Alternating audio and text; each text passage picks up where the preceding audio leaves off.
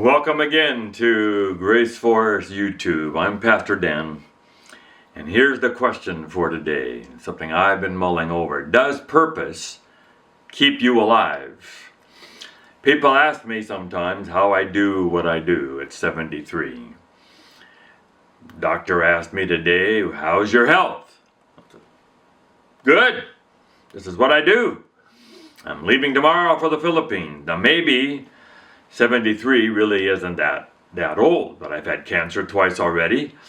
I've got some small issues. I spent 8 hours with a dentist last week. It's all just part of getting old. But I fly out tomorrow morning to go to the Philippines, where I will preach 19 or 20 times in a couple weeks. I'm sure I'll do more worships. I'll speak to pastors. I'll do worships with our team. I'll send out a God Minute devotional several times a week. That's what I do. But the question is, if I wasn't doing that, if I just quit tomorrow, wrote a letter to my board and said, I'm done, I'm out of here, I want to just be at home, I'm going to go for walks, I want to watch sports, I'll play tennis, I'll get back to playing golf, all good things, but would I just die? You all know people who quit and they die. Now, yes, there are plenty of people who are doing those kinds of things and living a wonderful life, and there are people who think that's what I should do. Does having a purpose, something that gets you up in the morning, to get your heart pumping, things you have to do, people are depending on you, you have a mission, you want to get certain things done before you quit, does that keep you alive? Are there people alive who are not volunteering, who are not running around doing good all the time? They live maybe quieter lives, they hang out with their grandkids like we've been doing, they cook good meals, they garden, but they're not trying to save the world, they're not teaching the kids in Sabbath school or Sunday school, they're not still running for president at 79 or the leader of our church at 74, 75, or preaching or making movies or writing a book, or doing handyman jobs for people. I read about one baseball player. He was one of the first big contract people. He said the biggest decision every morning was what coffee shop to have breakfast in. He's 40 years old. He's got millions in the bank. What will he do? Can you live a life like that? Or is there a point to say, if you're going to stay alive, you're going to have something that you're responsible for?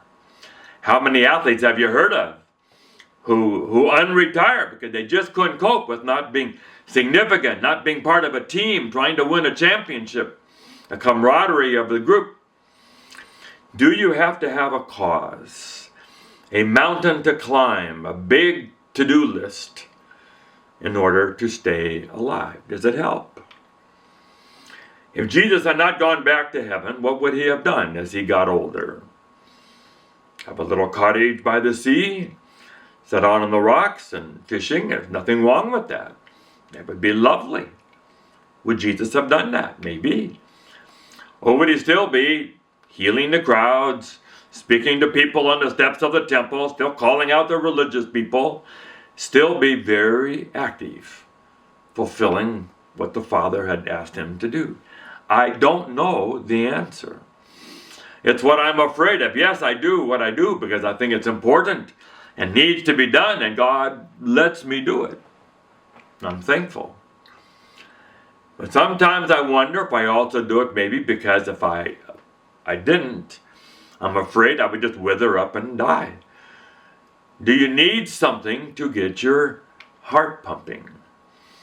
My father had a phrase after fixing a sprinkler or helping me move somebody or whatever it was. Another job well done as he cleaned up. Is that what keeps us alive? Doing something that really matters? Doing it well? Getting something done?